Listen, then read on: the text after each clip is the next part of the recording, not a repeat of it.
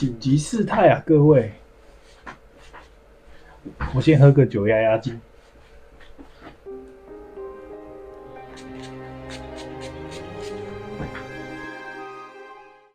我们今天来喝一下绿牌好了，用绿牌压压惊一下。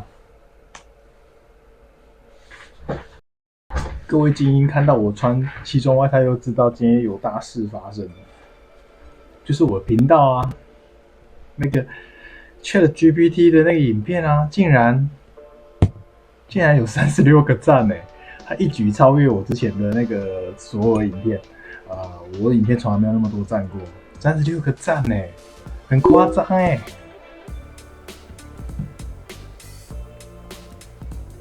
我真的吓坏了，不过还是非常感谢大家帮我按赞啊！各位精英，感谢你们的按赞。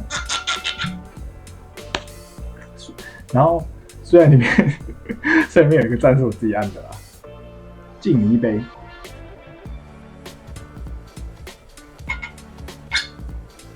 然后啊，因为我知道，我发现这个影片如此受欢迎之后，我就想说，那是不是赶快再做一部新的关于 AI 的影片？可是我就觉得说，我不是什么硬核的理工男，我只是宅男而已啊。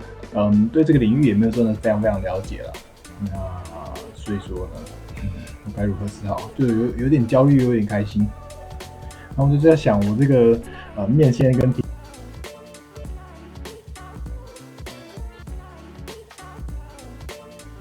其实很多人真的是这样子有些 YouTuber 他可能原本不是要做这个东西，然后后来因为大家都喜欢这个东西，就慢慢的就变成那个东西慢慢往那个方向去发展，对不对？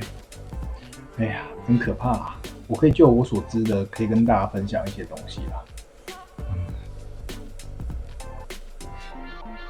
其实真的是这样子啊，人就是要与时俱进嘛。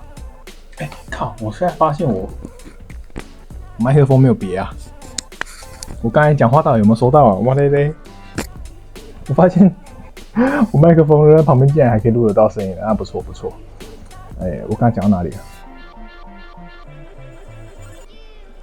关于这个绿牌的影片啊，我明天就会上架给大家看了，还蛮有趣的。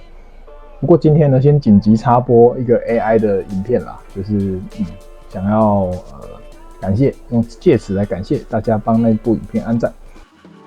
就是你不一定要最懂，但是你必须要有所了解，就是你对这个东西，你大概要知道它是什么样的一个东西。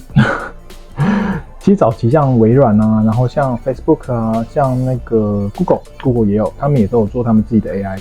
可是为什么他们做的都没有像那个 ChatGPT 这么成功呢？那其实它的关键可能在于它演算法是它其中一个蛮重要的原因。那还有他们的人工智能呢？不知道为什么，就是听说一些小事件发生什么事件就是他们会被带歪，就像我这样子，慢慢会往理工的方向走。我不想要被带歪啦，我就是在做我能力所及的事情啦。那讲回来这个话题，就是他们那些 AI 呢，都会有一些被带歪的情况。所谓带歪，就是他们会有些用户啊，因为 AI 这种东西它是需要被训练的，然后它其实也是有一点那种被塑造人格的感觉。所以有些用户比较恶质的，他们可能就是故意让他走上歪路，比如说有对少数种族有一些偏见啊、歧视啊，各种，或者是说讲一些奇怪的话。那所以因为这样的关系，所以其实他们那些 AI 都没有到真的非常成功。那 ChatGPT 的目前好像没有发生过这种情况啦，而且呢，它相较于他们这些其他的 AI 来讲呢，更像人类哦。所以它真的蛮厉害的，那也是因此，就是蛮多人会想要赶快从这个 ChatGPT 里面去找到商机啊、投资的机会啊、相关概念股啊。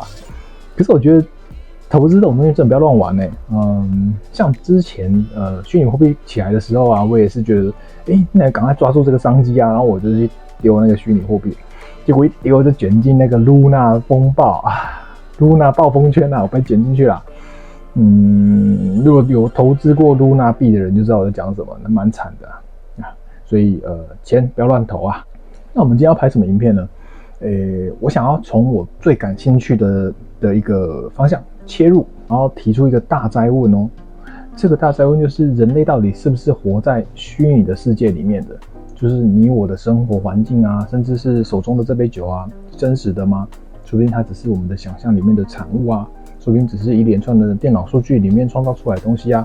所以我们的感知啊，我们的味觉、嗅觉，我们看到的所有一切，说不定只是虚拟的，不一定是真的。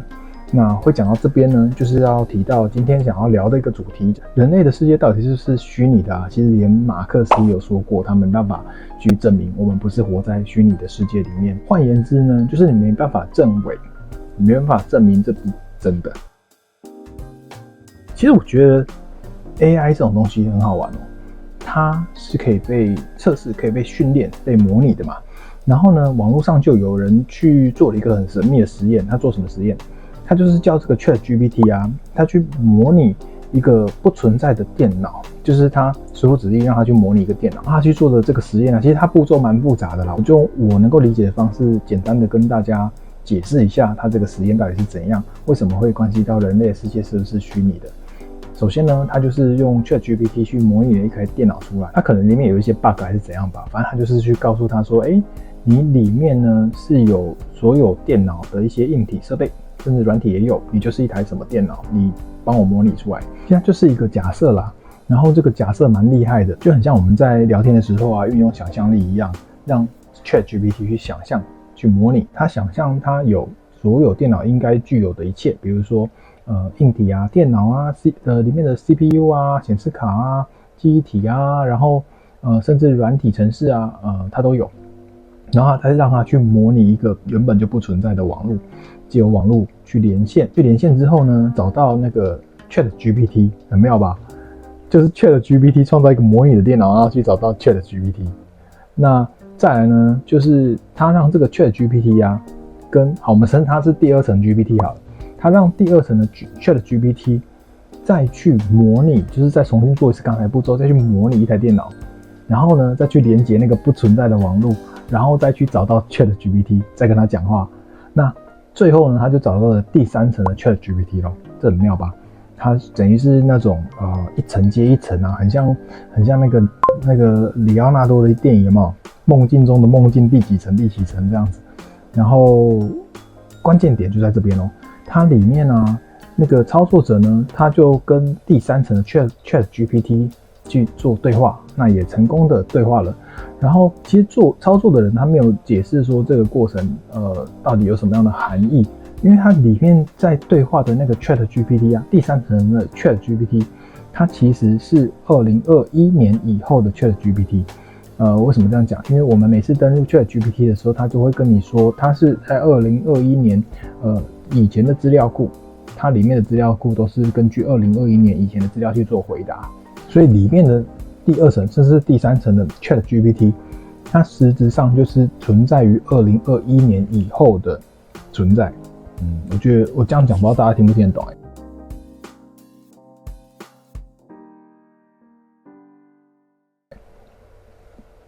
反正就蛮诡异的，我就会觉得说，那对这个 ChatGPT 而言呢，对第三层的或第二层的 GPT 来说，它的存在到底是真实存在于当下，还是模拟出来的？就是对他而言，他的世界到底是什么样的世界啊？就是一个指令就可以改变他的世界观。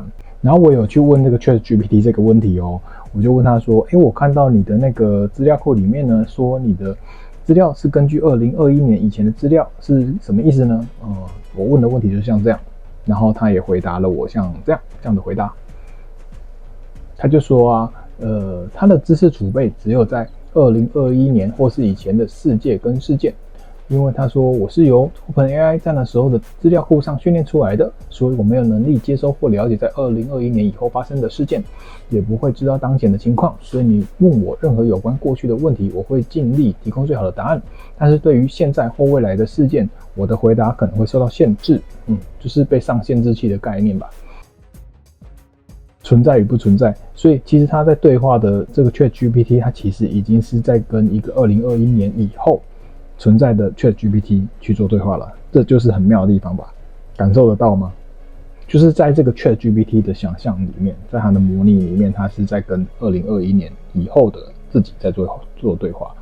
然后它其实蛮妙的，它还可以做类似角色扮演，比如说你跟他说你是律师，请假设你是律师跟我做对答，然后他就可以真的就是以律师的方式，律师的观点去跟你做问答，就非常玄妙。其实他自己知道他不是律师啊，那但是他是用律师的方式跟你做问答，就相同于他知道自己只存在2021年以前，而且他知道2021年以前的资讯，但是他其实知道自己现在是处于2023年哦，现在2月份嘛，他其实知道自己是处于现在这个时候。否则你去问他现在是几年几月几号，他也知道他自己存在于现在。反正就是知道怎么讲啊，就非常哲学，非常玄妙。就是他知道他不知道，他知道也不知道。所以啊，我觉得啊，这就想回来我们人类。是不是其实我们的大脑啊，或者是我们的认知，我们的所有的感受，也被上了一个限制器，所以呢，我们也没办法，全知全能嘛，也讲的这样也太夸张了，我们没办法得到我们不应该得到的资讯，我们的认知啊，就是有可能没办法去突破一些盲点。然后后来我还在问了他几个问题啊，我觉得也蛮好玩的，他的回答也很赞啊。我把我的问题放在那个下面，好，现在放上来好了。人类有可能活在虚拟世界里面吗？他回答人类未来有可能，并且提出了情境，但这不是我们要的答案。于是我又换了一个问题：如果人类已经在虚拟世界中了呢？我们要如何知道自己不在虚拟世界中？他回答这是有哲学跟科学性的问题。想知道内容的精英们，请按下暂停观看内容。夏虫不能语冰，或许我们无法理解。他的回答也非常有趣，我忍不住帮他按赞。那关于 ChatGPT 呢，它的角色扮演的问题呢，我觉得我应该会在下一个影片再跟大家做一个解释，跟大家讲解一下。那实际到时候会做出来什么样的影片，其实我也不是很确定啊。那大家就敬请期待咯，拜拜。其实台湾在国际上也是背上各种限制器，大家知道吗？